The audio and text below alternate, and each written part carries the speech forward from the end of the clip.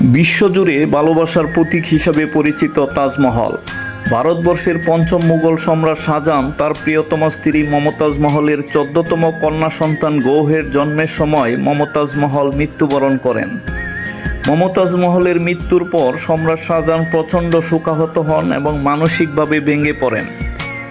প্রিয়তমা স্ত্রী মমতাজ মহলের স্মরণে তিনি একটি স্মৃতিসৌধ নির্মাণের পরিকল্পনা করেন। পরিকল্পনা অনুসারে 1632 খ্রিস্টাব্দে ভারতের উত্তরপ্রদেশ রাজ্যের আগ্রার যমুনা নদীর তীরে তাজমহল নির্মাণ শুরু করেন।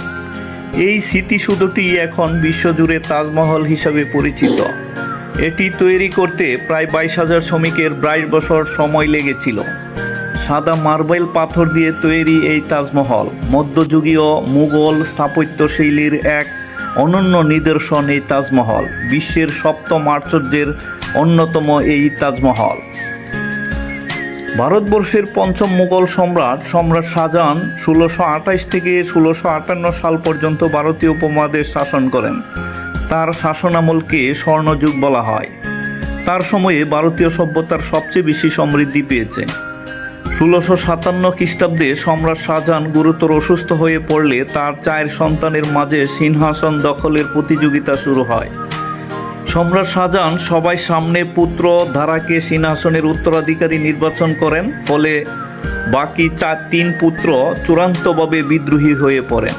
1658 সালের 8 জুন দারার বিপক্ষে ভাই আওরঙ্গজেব যুদ্ধে জয়লাভ করেন।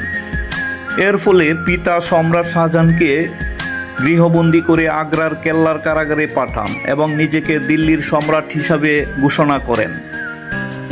কথিত আছে জীবনের বাকি সময়টুকু সম্রাট শাহজাহান আগ্রার কেল্লার জানালা দিয়ে তাজমহলের দিকে স্থির দৃষ্টিতে তাকিয়ে কাটিয়েছেন।